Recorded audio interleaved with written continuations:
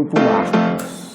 Nós hoje vamos para o nosso Sim 106, mais um episódio da série sobre compaixão. Hoje a gente vai falar de uma personalidade, de um indivíduo extremamente interessante, né? Emmanuel aponta que ele cumpriu tão bem sua missão que foi confundido com o próprio Cristo. Estamos falando do príncipe que nasceu no Nepal, chamado Siddhartha Gautama, que se tornou um Buda. E aí a gente começa a explicar uma coisa interessante. Buda não é o nome do príncipe Siddhartha. Buda, né, fazendo um paralelo com o Espiritismo, é um estado evolutivo, né? Buda é o indivíduo que atingiu a iluminação. Na escala espírita, né, e aí é só uma opinião para a gente se situar, quando a gente fala de um Buda, a gente está falando ou de um espírito superior extremamente evoluído ou de um espírito puro. Então, Buda, né, para usar didaticamente a linguagem espírita, é um indivíduo que está no topo dos espíritos superiores ou já se tornou um espírito puro. Então, o príncipe Siddhartha, ele vai atingir o estado de Buda. E aí é legal porque os budistas têm essa mesma visão do espiritismo, quando eles dizem, ou nós temos a mesma visão que eles, né, já que eles são mais antigos, vamos ser justos, quando dizem que todos nós temos o nosso Buda interior, né? É a mesma coisa de dizer que nós temos o nosso Cristo interior. Ou, para pegar as palavras do próprio Cristo, todos nós somos deuses. Todos nós temos a divindade em nós.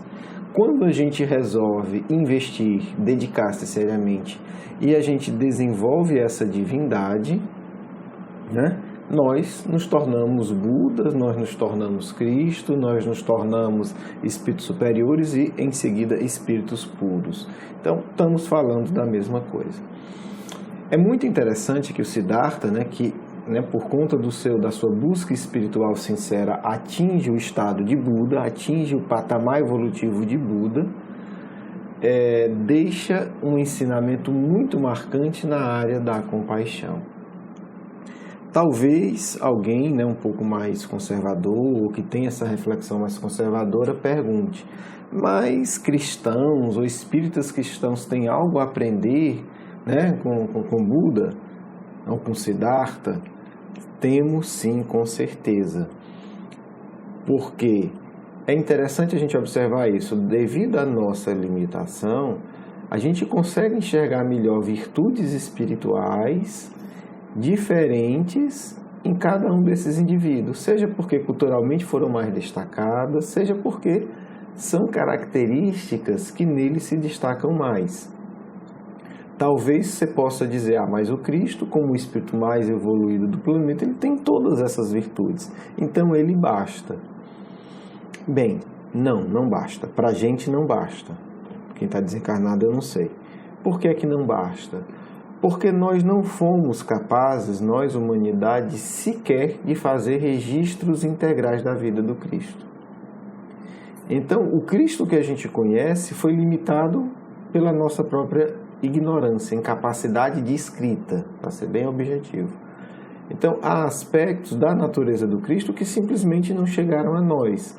E, às vezes, a gente consegue deduzir. Por exemplo, a compaixão. Não resta dúvida que a compaixão é a virtude central do Cristo. Porque compaixão, a gente está falando compaixão no sentido de caridade, no sentido de amor. São termos muito próximos. Porém, as pessoas que registraram a vida do Cristo para nós não tinham uma cultura que destacasse muito esse aspecto. Então, eles registraram, mas não registraram em detalhes, não particularizaram. Então, a gente vê pelas histórias que o Cristo conta, pela atitude dele, mas não há um destaque, da compaixão e mesmo do amor. Tá certo? Se a gente pegar o Novo Testamento, a gente vai ver que a gente entende que toda a ação do Cristo é desenvolvida a partir do sentimento da compaixão e do amor. Óbvio. Mas se a gente pegar o texto em si, não há um destaque nisso. Por conta da cultura, Eles acabavam registrando outros aspectos. No caso do Buda, é interessante que um dos aspectos mais registrados foi o da compaixão, foi o do amor, foi o do sentimento. né? João Evangelista, que era o apóstolo, lá vai eu dar minhas opiniões, né? mais búdico, mais budista dos apóstolos, tá certo? Era um apóstolo que tinha uma visão mais clara do sentimento, né? Tanto é que o próprio João começa definindo, dizendo que Deus é amor. Vai destacar um pouco mais esse aspecto emocional, afetivo do Cristo, né? A relação deles era muito afetuosa, né? Basta dizer que quando estavam juntos, era comum João chegar e colocar a cabeça no ombro do Cristo. Imagino que é isso numa sociedade extremamente machista. O choque cultural que não era, né? Ver o jovem João, com seus 14, 15 anos, né? Conversando com o Cristo com a cabeça encostada no peito dele, no ombro dele, né? E o próprio João era conhecido como o apóstolo amado. Então tem isso lá, mas não tem grande destaque. Então, às vezes, estudar a vida de outros grandes espíritos nos ajuda a despertar, a dar conta disso. Tá certo? Então, isso é apenas uma reflexão para que a gente vá entendendo isso. E aí um argumento mais seco e mais direto. Se nós não precisássemos do Buda, o Cristo não tinha enviado para a Terra. Simples assim. Óbvio. Né? Assim, então, estamos falando de dois grandes espíritos. Estamos falando do governador do planeta e estamos falando de um espírito evoluidíssimo ligado a ele. Quer dizer, os dois não vão combinar uma coisa simplesmente como bobos. Não dá para pensar isso, né, gente? Não, aí é demais. Aí é até falta de respeito. Então, se o Cristo envia Buda, Buda vem e ensina isso, tem um propósito. É porque era necessário. E aí talvez o nosso orgulho sofra um pouco. Porque nós, espíritos inferiores, eu estou falando de mim e de alguns que estão ouvindo, outros são puros, não tem problema, né? São muito evoluídos, cada um com a sua evolução, eu fico com a minha. Nós temos uma tendência de arrogância, de autossuficiência. Esse é o nosso problema. Não, o espiritismo basta. Não, o cristianismo basta. Não. Quer dizer, no fundo a gente quer ter essa ilusão de que nós não precisamos de muito. Mas o Cristo pensa totalmente diferente. Por isso, segundo Emmanuel, ele enviou Buda para o mundo. E segundo Kardec também, porque Kardec coloca ele como o espírito coordenador, governador da Terra. Então, a reencarnação do indivíduo como Buda não acontece sem a orientação e a concessão dele, e tudo indica com o pedido direto dele, tá certo? Como a gente vê alguns exemplos, não de espíritos tão evoluídos quanto o Buda, mas pedidos diretos de reencarnação, né? Que Cristo pede para espíritos diretamente ligados a ele reencarnem. Está no livro Brasil, Coração do Mundo, Pátria do Evangelho, tá certo? Estou falando do Henrique de Sagres, né? Que segundo Humberto de Campos, via Chico Xavier, é o sociólogo assessor do Cristo da Terra, né? Mas aí tá lá, depois a gente conversa, é um tema bem interessante. Bem, gente, então vamos para a vida do Siddhartha, que tem muito a nos ensinar. O que acontece? O Siddhartha nasce e a vida dele é muito simbólica, como a do Cristo, né, gente? Como a do Cristo. Tem muitos símbolos belíssimos. Eu vou ter que resumir, né? Eu digo infelizmente porque, enfim, tem muito mais coisa, mas assim, o pode sim é também o início, né? Como tudo na evolução. A gente depois vai poder retomar esses temas aprofundando, né? Seja no formato do pode sim, seja em outros programas, em grupos de estudo. Certamente esse tema estará presente no módulo 1 do nosso curso, porque no módulo 1 a gente fala de migração espiritual, né? Estou falando do curso Educação Espírita, um convite à juventude, e lá a gente vai estudar, né? Todo ano a gente vai aprofundar um pouco essas informações. Então aqui é só o trailer do curso, né? É só a amostra. Então nessa amostra o que é que eu quero dizer para vocês? Vou tocar em alguns símbolos da vida do Buda. Ele nasce de um rei muito rico e logo na festa de apresentação dele para a sociedade, uma espécie de batismo, não é batismo, mas só para usar um termo semelhante, aparece lá um sábio, né, um profeta, um adivinho, examina a criança e diz para o pai dele que ou ele será o Senhor do mundo ou ele será o Redentor do mundo. E o pai dele fica indignado, porque o pai dele, como a maioria dos pais ainda muito ligado às tradições da terra, querem que os filhos continuem o que eles fazem, né? É uma marca do nosso atraso espiritual.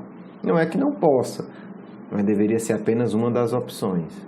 Então, o pai é médico, quer que o filho seja médico, o pai é diplomata, quer que o filho seja diplomata, o pai é advogado, quer que o filho seja advogado. Nem todos, mas assim, é muito característico. E o pai do Buda era rei, queria que ele fosse rei. E ele diz, olha, ele vai ser o que ele quiser depois que ele for rei. E ele cria uma coisa muito interessante, gente. Não pense que essa é uma história de 2.500 anos. Todos nós vivemos essa história em algum grau.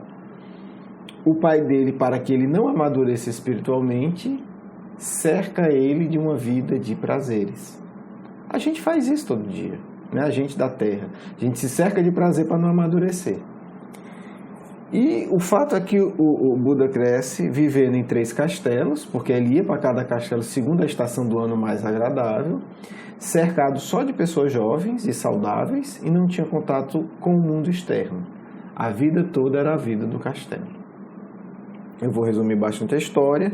O fato é que ele sente uma necessidade de sair do castelo e acaba saindo do castelo. Quando ele sai do castelo, ele encontra a dor. Né? Até essa idade, aí nós estamos falando de um jovem adulto, 20 e poucos anos, ele não tinha contato com a dor. Ele vivia em festas, rodeado de beleza, com mulheres, com tudo aquilo que nós sonhamos e buscamos, nem que seja emocionalmente, para permanecermos presos ao lodo da terra. Ele tinha tudo isso em abundância e muito mais. Enfim, ele se depara com a morte, com a velhice e com a doença. Esse é o grande choque que o príncipe Siddhartha tem. E é o choque, queira Deus, que todos nós tenhamos. E quando nós encontrarmos a morte, a velhice e a doença, nós consigamos transformar isso em um caminho espiritual saudável. Porque o príncipe Siddhartha, ele poderia ter visto tudo isso, corrido de volta para o castelo, e o castelo aí é um local físico, mas é também um símbolo de isolamento nesse caso específico, e passar o resto da vida, não, ali fora é muito ruim, eu vou voltar e vou continuar com uma vida de alegria, de prazer e de beleza, ponto. Mas não, né? Aí começa a grande viagem espiritual do Siddhartha, que demora muitos e muitos anos. Eu não vou entrar, né, no detalhe aqui, a gente vai estudar isso no curso. O fato é que a dor se torna a grande reflexão do Siddhartha, né, até pelo choque de ter vivido sem nenhuma dor, de repente ele descobre um mundo repleto e pleno de dor. E o que é que nos vai ensinar o Buda, né, o Siddhartha, depois que alcança a sua iluminação espiritual? Que nós sofremos porque nós nos apegamos ao mundo, né? Depois ele vai falar das 8 verdades, a gente vai estudar isso no curso, mas o núcleo do que ele vai dizer de reversão de tudo isso, né, que vai nos orientar no caminho do desapego, depois ele vai ter uma proposta educativa, vai ficar para o curso, é olhar a tudo e a todos e a si mesmo com compaixão. Por isso que até hoje isso é muito justo, né, e belo que tenha sido preservado, que nas centenas de escolas do budismo a compaixão é um ensino central que todos preservam, né? É muito bom e muito bonito a gente poder associar o budismo à compaixão. A gente fala de Buda, a gente fala do budismo, a gente já sabe que está ligado à compaixão, a um sentimento de amor, né, por si, pelos outros seres humanos e por todos os seres. Então, o Buda vai ensinar que a compaixão tem pré-requisitos. E um dos pré-requisitos é uma mente educada e pacífica. Então, os ensinos do Buda de meditação não é, como alguns puderam interpretar erradamente, a fuga do mundo, não. Porque o próprio Buda se isolou do mundo para educar a mente, o próprio Siddhartha, e depois ele volta a conviver no mundo. Então não é um isolamento egoísta. O que ele está dizendo é, seja no mosteiro, seja numa selva, seja no seu dia a dia, para que você consiga sentir compaixão, você tem que educar a sua mente. Para nós cristãos, isso não é novidade nenhuma. Porque o que o Buda diz, né, para os seus discípulos é o mesmo que o Ananias disse para o Paulo de Tarso. Né? Depois da conversão, Paulo quer sair atabalhoado, gritando e pregando o evangelho de qualquer jeito. Ananias, né, assim, as palavras de Ananias são idênticas à que o Buda diria, não tem a menor dúvida disso. Né? Ele vai dizer, Paulo, as coisas de Deus requerem uma profunda paz. A mesma coisa, né? Assim, né? Buda diria, para você ter compaixão, você tem que primeiro educar sua mente. Você tem que se acalmar. Você tem que ter uma profunda paz, para que depois você possa agir em sintonia com Deus. Né? Então, Paulo vai para o deserto, medita 3 anos, depois vai e medita cerca de mais 3 anos na cidade em que ele nasceu, né? Uma vida totalmente solitária em meditação, e passa uma vida de meditação. Né? Paulo tinha uma meditação diária de muitas horas, né? Que é o que Gandhi, né, recentemente, vai falar que também é um dos mais poderosos tipos de meditação, que é uma meditação feita a partir de um trabalho manual que permite que a mente se desligue de tudo. Depois a gente vai poder falar nisso no curso, né? No curso a gente vai aprofundar, inclusive, técnicas de meditação. Então, Buda vai falar que para ter compaixão é preciso educar a mente, o que Ananias fala para Paulo, e o que nós espíritas talvez ainda não quisemos ou não conseguimos nos dar conta, dada a nossa tradição espiritual, né? Aí eu não estou falando do espiritismo, estou falando de nós espíritos do Ocidente muito materializado.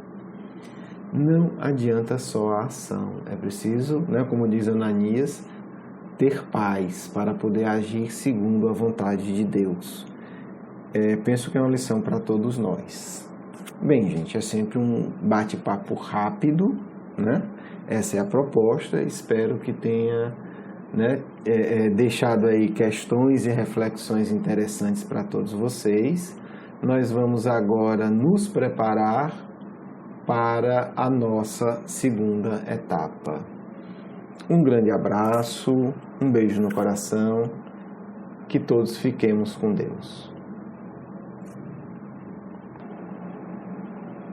Que o Cristo toque ao coração de todos vocês, queridos amigos, queridas amigas, que começam a compreender a grandeza da vida. Não esqueçam nunca, Cristo é amor une a todos. Amor integra a todos. Amor faz que a beleza de cada coisa do universo, uma folha, uma formiga e um ser como o príncipe Siddhartha, se mostrem belo aos vossos olhos. O Cristo é a luz que faz brilhar o melhor de cada ser desse planeta, filhos. Nunca esqueçam disso. Cada coisa vista sob a inspiração do Cristo se torna mais bela. Não que se torne mais bela por mágica, mas que com a inspiração do Cristo vocês conseguem ver melhor. Esta é a verdade, porque cada um vê segundo a vibração que possui, como a luz que ilumina segundo a sua vibração, a vibração da sua onda. A consciência também percebe segundo o seu estado evolutivo. Porém, quando a sua consciência sintoniza com Cristo, ela vê mais verdadeiramente. E quem vê mais verdadeiramente, vê muito, muito mais beleza. Vejam que só há uma doutrina, o que em nosso plano chamamos, desde muito tempo atrás, doutrina secreta. Doutrina dos grandes e verdadeiros iniciados ao longo do tempo. Não há nada de novidade para essa doutrina, porque ela entende que há uma só lei, e que essa lei é expressa em fragmentos por cada ser. Um pequeno inseto, ele também é expressão desta lei. Um imenso dinossauro ou baleia ou animal imenso é também expressão dessa lei. Cada ser humano é uma expressão muito mais consciente dessa lei. Mas ser expressão não significa ser a lei. Significa expressar uma parte. Isso é fundamental entender, para que a arrogância e o orgulho não façam vocês desprezarem o que é fragmento, porque sabemos, só Deus não é fragmento. Cada um de nós é um fragmento de Deus. Cada um de nós é uma expressão da beleza do Pai, inteira em si, mas limitada em relação ao infinito. Portanto, filhos, não pensem que devemos desprezar qualquer coisa por não ser completa e plena. Não. Busquemos a beleza que ela expressa. Busquemos a plenitude que ela é capaz de nos trazer. Fazendo isso, filhos, conseguimos sentir Deus em tudo. Conseguimos sentir paz em qualquer circunstância, porque conseguimos observar tudo o que é transitório. Quando observamos um ser maligno das trevas, vemos toda a maldade dele, mas conseguimos ver que aquela maldade é transitória. E conseguimos também ver o anjo que ali se forma para sempre. Penso que essa é uma forma de entender os ensinamentos do Siddhartha. Separar o que é transitório do que é perene, do que é eterno. A divindade que você carrega, filho, a divindade que você carrega, filha, é eterna. Suas angústias, conflitos e erros são transitórios. Se você aceita isso, seu coração se enche de paz, porque você passa a aceitar Deus em seu coração. E Deus sempre estará. O erro não estará sempre. O vício não estará sempre. A maldade não estará sempre. Deus estará sempre. Saber separar transitoriedade de eternidade é essencial para a paz do espírito. E se você pode aprender isso, não me interessa com quem, se com o mestre dos mestres, se com o Siddhartha, se comigo, se com um livro qualquer, não é importante. O importante é você sentir isso todas as horas. Isso que ensina a doutrina secreta. Não é importante como você aprendeu, em que fonte, mas é importante que você tenha aprendido de maneira verdadeira. Quem aprende de maneira verdadeira, aprende para sempre. E um dia, aquela fonte não estará mais em suas mãos. É um dia, livros do budismo não existirão. É um dia, livros do cristianismo não existirão. Mas o Buda e o Cristo estarão em você, porque você aprendeu de verdade. Paz do amigo espiritual de sempre.